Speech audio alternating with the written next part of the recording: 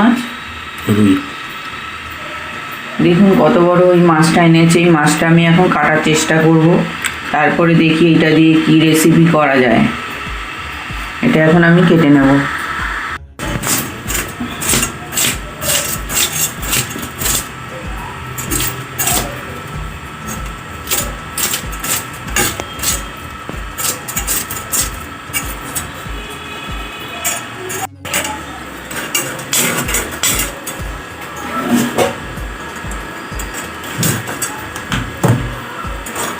কচু শাক লাগবে না। হ্যাঁ, কচু শাক লাগবে না।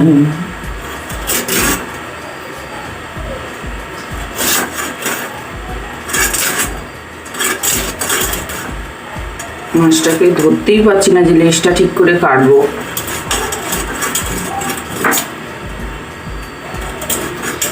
তো বড় মাছ বাড়িতে কাটা যায়?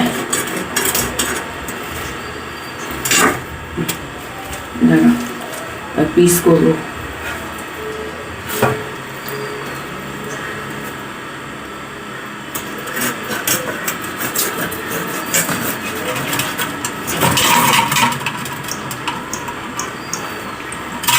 করে দাও, তারপরে আবার হচ্ছে। এই মাছটা কাটা হয়ে গেছে, এবার আমি ধুয়ে নেব। এই মাছটা আমি কেটে ধুয়ে নুন হলুদ মাখিয়ে রেখেছি। এবার আমি কড়াইতে তেল দিয়েছি, ভেজে নেব। তেলটা একটু গরম হলে ভেজে নেব।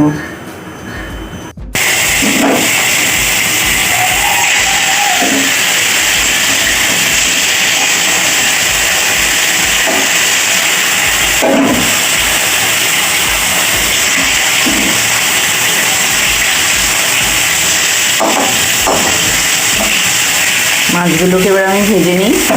মাছটাকে আমি এই আলু কাঁচকলা কেটে রেখেছি, আলু কাঁচকলা দিয়ে পাতলা করে ঝোল করব। পুকুরের একদম টাটকা মাছ। এখানে আমি পটল ভাজবো, পটল কেটে রেখেছি। প্রেসারে কচু সিদ্ধ দিয়েছি, আজকে কচু সিদ্ধ খাবো। আর এই মাছ তো ভাজা বসিয়েছি, মাছটাকে আস্তে আস্তে ভেজে নেব। এক পিঠ উল্টে দিয়েছি, আবার একটু পরে উল্টে দেবো।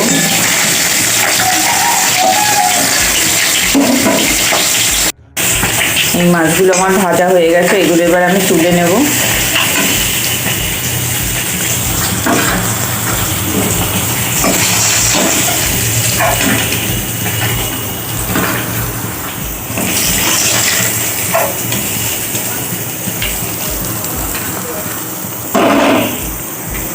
এবার আবার ছেড়ে দেবো অন্য মাছ। বাকিগুলো এবার আবার পরপর এইভাবে ভেজে নেব।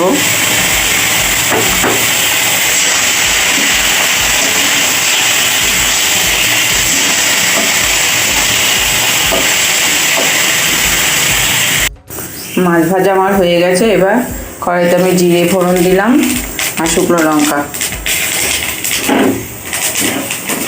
জিরে আর শুকনো লঙ্কাটা একটু ভাজা ভাজা হয়ে আসুক, তারপরে এর মধ্যে আমি পেঁয়াজ দেব।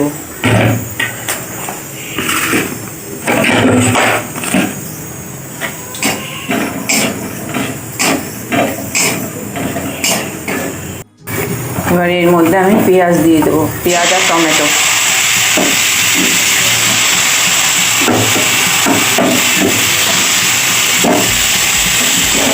আর এটাকে পেঁয়াজ আর টমেটো কত ভালো করে একটু ভেজে ভেজে নেব।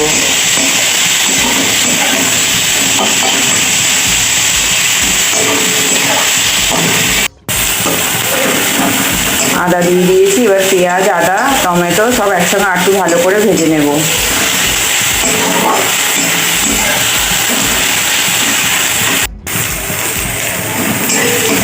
অল্প অল্প ভাজা হয়ে গেছে, এর মধ্যেই আমি আলু কাঁচকলাটা দিয়ে দেবো, দিয়ে এর সাথে একসঙ্গে ভাজবো। অল্প করে নুন হলুদ দিয়ে নিয়েছি এর মধ্যে। এবার এটাকে ভালো করে ভেজে নেব মশলার সাথে আলু কাঁচকলাটা।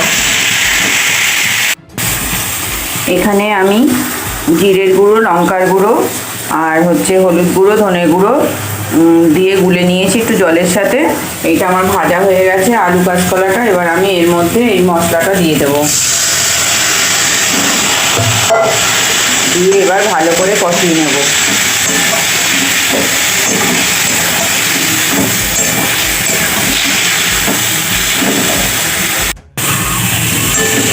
মশলাটা আমার কষানো হয়ে গেছে, এবার আমি জল দিয়ে দেবো।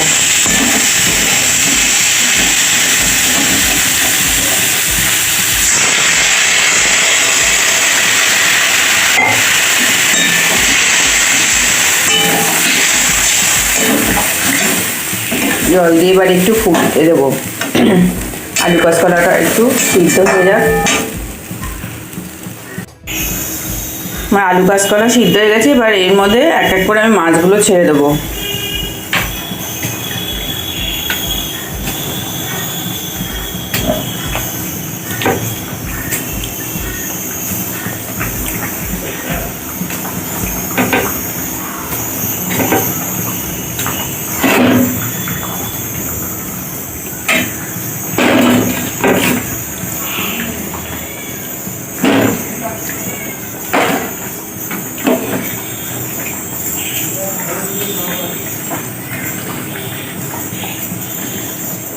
এবার একটু ফুটতে সময় দেব।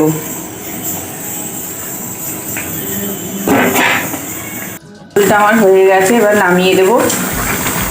দেখুন কি সুন্দর দেখাচ্ছে কালারটা, খেতেও খুব সুন্দর হয়েছে।